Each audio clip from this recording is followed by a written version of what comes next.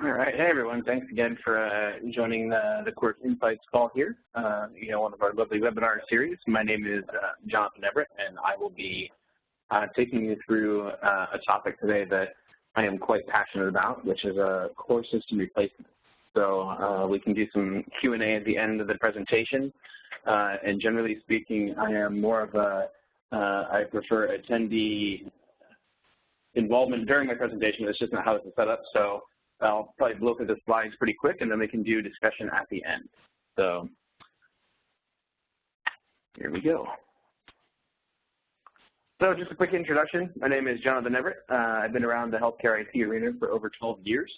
Currently, I'm the Vice President of Business Development for Quirk Healthcare, and I reside in Portland, Oregon, having just recently moved here from the San Francisco Bay Area. And so we're going to get right into the meat of the topic here. So core system replacements. When you think of it, like the industry definition is the act of systematically meeting business goals through ensuring you have the right technology in place, even when needing to replace existing technology. Whereas my definition is the act of violently ripping out your entire way of life with your practice to hopefully make it better, fingers crossed.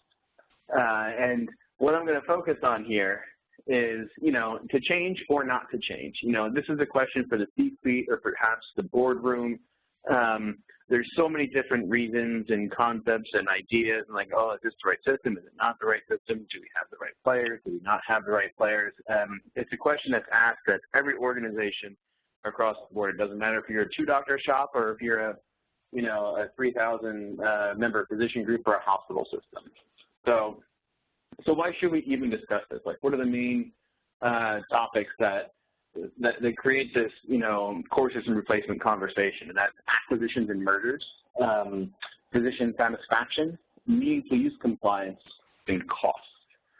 And not necessarily in that order of importance, but all 4 of them are very significant. So when we talk about acquisitions and mergers in the marketplace today, there's tons happening everywhere. So they make business sense. If you're one entity and you can control the entire mode of care delivery, then you can make a lot of cost-saving steps. So in care delivery, business objectives are changing. So hospitals now buy physician groups. Hospitals join hospital systems. Hospital systems buy more ambulatory practices. And now payers are buying hospital systems. So in the end, it's like, everyone's trying to create a new Kaiser, like a new controlled system. And now you just look at United Health's profits over the last 5 years. They're publicly traded on the NYSE, and they're making tons of money. And the reason they're making tons of money is because they're buying up every facet of how their business works. So it's been very beneficial for them. So, people talk about that, but who has acquired who? And here are just some examples you can see. So a lot of my stuff is California-based because I spent a lot of time there, but, Sutter Health bought Mills Peninsula Medical Group, and that's right in the San Francisco Bay Area. And it's pretty significant because Sutter is an Epic client, and Mills Peninsula Medical Group was a NextGen client. And then you have another one here like Optum, United Health bought Monarch, another physician group in Southern California. Tenet, believe it or not, I just saw that stat today and I couldn't believe it. I had to put it in there. It's just acquired its 80th hospital. So again, the rate at which these acquisitions and mergers are happening is pretty impressive. And so then you have Cleveland Clinic. They acquired the Ohio Cancer Specialist, and the Mayo Clinic acquired Queen Peace Hospital. This is all latest news, but if you just go to Google and you search for, healthcare acquisition, it's mind-numbing how much stuff appears. But it's not just hospital systems; it's also technology companies. So, who acquired who? Like, I think everybody here knows that Cerner just agreed to buy Siemens for $1.3 billion. And so, at the end of the day, there was a consultant friend of mine from ECG, Michelle Holmes, and she said that the new name of Cerner should be called BTE, bigger than Epic, which, was a pretty good chuckle, but that's exactly what it's done. And you notice other things like, NextGen bought Mirth, the interface engine, which is, quote unquote, vendor agnostic, so they can now connect with pretty much any major system. And they purchased Opus, which was the hospital solution. And then you see, Allscripts bought Eclipsys and Mysis forever ago. Practice Fusion just bought Ringadoc, which is, bringing not concierge medicine, but a different approach to how they see patients. And then, obviously a big one from before was Athena bought Hippocrates. Again, if you go through and you search for in Google, there is so many acquisitions happening in this marketplace. It's just crazy. So what do acquisitions and mergers mean for my practice? And that's what the whole point of my my presentation is. And, you have to ask yourself these questions. First, what are the goals of the business?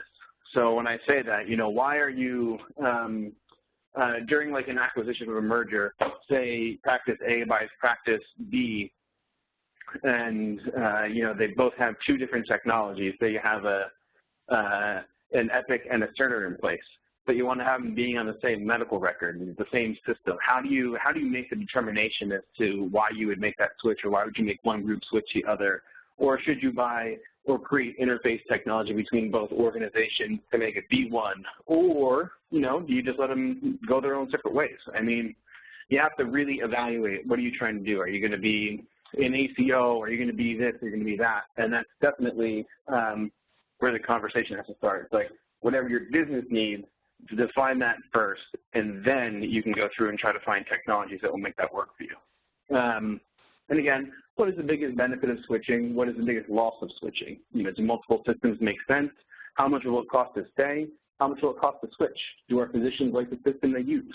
So when you're sitting back and, you're preparing your plan to get to, to the C level or to the board level, or if you're at the C level going to the board level, you have to make sure you've answered these questions in pretty much detail. So one of the other reasons that I spoke about in the beginning is physician satisfaction, and go ahead and try to make me click another button. Physician complaints are valid, but I wrote an article for Information Week last week in regard to the same topic. But most of those physician complaints or concerns can be controlled at home, and this overall is a bad reason to just replace an EHR. Need to evaluate your implementation, encourage physician use of the system, and one of my big things is do not reward basic utilization of an EHR. You make it a part of employment. So what I mean by that is clearly physicians are the drivers on a day-to-day basis in terms of what EHR system makes sense. And, I've been through too many go-lives and too many upgrades and too many everything.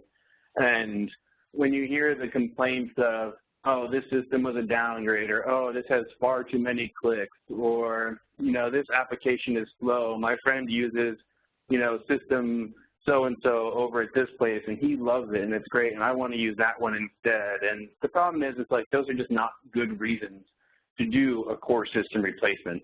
And when I say, you control the physicians at home, that's an instance where you should definitely be saying, okay, how much more time do we spend with this individual provider and try to get them to be excited about the system, or what's not working for them? What can we do to make it work? And then sometimes you might just find that you're going to have the squeaky wheel, and they may go and complain and so on, but you have to really control that at home. It's not worth going through the trials and tribulations of a core system replacement just to maintain satisfaction, because nobody will ever be satisfied.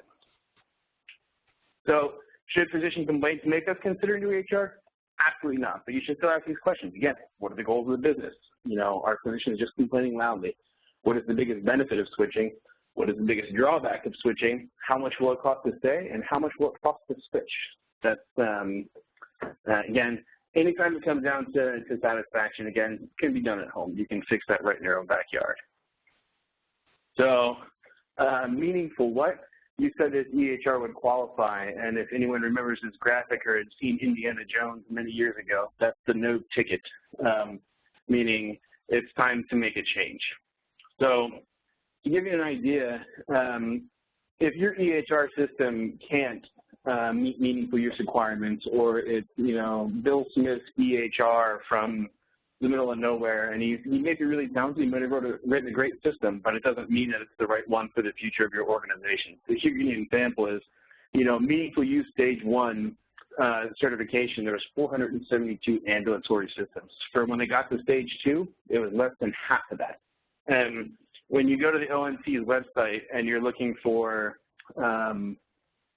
any of those systems that are available, the list, it just keeps dwindling. And with acquisitions and mergers, it's changing even more. And so the small physician group that was, 2 doctors or 3 doctors that use a specialty-specific EHR, those are getting bought up and acquired. So it's really changing that landscape. And so those systems are starting to really phase out. So, should a lack of NU certification make a switch? Yes, absolutely. If you're using a system that can't be certified for meaningful use, it's time to really, look at, what options are available to you, or if there's other systems you can join. So, the first thing you would start is like, what systems are out there? Can they convert our legacy data with minimal cost? That's one of the biggest problems when changing EHR systems, and people don't pay attention to it, and it ends up being a significant added cost later. It's like, well, how much data do you bring? Do you want your medications? Can you do the conversion yourself? Like, you have access to both databases. There's so many scenarios in that. If you go from a client-based server application to a web-based, quote-unquote free EHR, chances are you can't convert your own data, and you have to pay somebody to do that. And I've seen prices go from anywhere between $5,000 up to $500,000. So it's definitely important to pay attention when you're making that choice. Again, how much will it cost to switch? Are we ensuring physician satisfaction in the new system? Even though I said it's not a good reason to switch from an EHR, it's definitely one of the important things you have to put up at the forefront if you are in the process of switching an EHR. Make sure your docs have bought in. The other question is, what if we don't care about meaningful use? There are some organizations and some physicians right now who are saying, the penalties aren't worth the headache, so I actually just don't care. If I like my existing system, I'm going to keep it, and if I don't get meaningful use and I get penalized, then I do. So it really comes down to, again, you trying to figure out on your side of the organization what makes the most sense. And then cost. The practice budget runs out, and in the end, you have to remember, this is a business. The goal here is to provide excellent patient care, but also to make money while you're doing it. So each system has a cost, even the free ones. And that's one of the things they're like, oh, well, this system here is free. It's web-based, don't have to do anything. And free is a very relative term. So, there are some systems where you spend millions up front, like think of an Epic, think of a Cerner, think of, it could be a NextGen and Allscripts. And you spend all that money up front, you pay your maintenance fees. But then you think of someone like Athena, and they're like, oh, we're totally free. You don't have to pay any money, or Practice Fusion, but you're paying something in the long run. So you may end up paying more money for Athena than you do for an Epic over the course of the life of your agreement, just because you're paying that percentage of claims. And again, there's no right or wrong answer. It just really depends on what you think makes the most sense for your organization. And another one question is, do you want to host it yourself or have someone else host it for you? That's, a very big deal. So some organizations, like one I used to work at previously, we had been remotely hosted, but then we decided that financially it made sense if we hosted our own application internally, and we spent the money in the infrastructure, we built it out, and we built the server room, and it's fantastic. And for us, it made sense. But again, do you want to worry about hosting anything at all, on-site or remote, and you just want to use a cloud-based, EHR system? And then all of these topics have costs associated with them, and there are too many to even list. So one of the things I always recommend when people are, searching for a core system replacement, again, go to Google, search for RFP EHR, and you can see so many different requests for proposals for EHR companies, and does your system do this, does your system do that? And if when you originally selected an EHR and you didn't have a robust RFP built out, I think you should go and build one and look again if you're in the process of switching. So again, should the cost of an EHR make us consider a switch? Ask yourself the questions. What are the goals of the business? That's the first question that should be on everybody's mind. Is not about what technology is cool, not about what technology makes the most sense based on what their friends say in the physician lounge or what they read in an article. You have to define your business needs first and then find a technology that will do that. You can do that while building your RFP. Again, what is the biggest benefit of switching? What is the biggest drawback of switching? How much will it cost to stay? How much will it cost to switch? And again, as before, do our physicians like the system they use? And so as you can tell, it's like of those 4 topics that I talked about, the questions are pretty much always the same, but like considering to switch to a different system, you have to switch again for the right reasons. So there isn't a cookie cutter answer. This is one of my favorite things I've been doing over the past few months is Google any EHR vendor name and the word lawsuit, and you might have a heart attack. Every EHR vendor in every form has some kind of pending lawsuit or litigation or threat of a lawsuit for not meeting the terms of a contract or not meeting meaningful use or any of those different things. And so when you hear someone say, oh, well, this EHR doesn't do this, and I know this because they're in the process, they're in trouble or whatever, and you look at that and you go, well, they're all in trouble. And then someone will say, oh, well, the class scores for this EHR are so much higher than the other one. And not that I don't appreciate reading a class report, but I can tell you that a class score, you know, is based on what clients you essentially ask to go say that your software is great. So you have to take it with a grain of salt. And again, each system you're considering is developing to the beat of the government, not necessarily the innovation.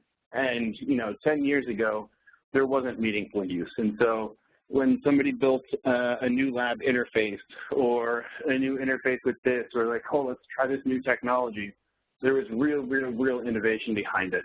But now it's like every EHR vendor is spending so much money having to just meet government regulations that a lot of them do the same things. Now, some are trying. There are some, you know, vendors who are reinventing themselves and doing a great job at it. But, you know, at this point, that's innovation is not a reason to pick a new EHR. Again, each situation is unique, so make sure you're considering the switch for the right business reasons, and I can't echo that enough. And people, again, people who switch because the doctors are unhappy, it's just, it's a bad start. So I think that is the end, and I can go to Q&A. So if anybody has any questions, I'm not sure if I have you on mute, so give me 1 second here.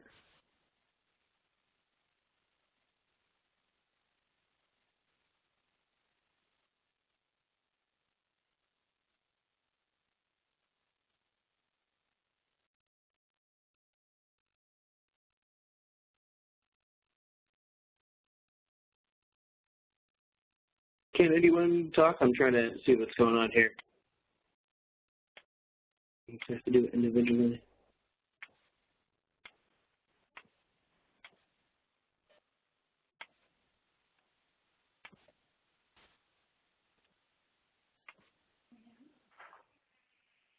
Okay, I think everybody here should be unmuted. So if you guys have questions, feel free to ask. There you go.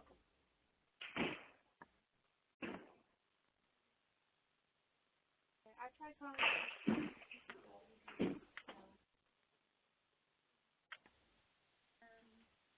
All right, anyone, let's see.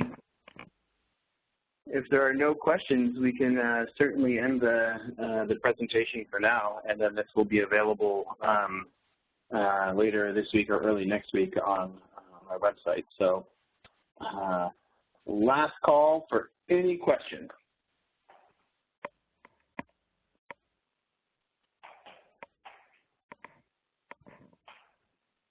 All right, well, again, my contact information will be available if you do have questions. If it's not the right time to ask it, that's fine. And then I will, you know, I appreciate everybody taking the time out of the day to come to this insight, and I hope you attend more in the future. Sure. We appreciate you taking the time, and then we'll be in touch. Thanks, everyone.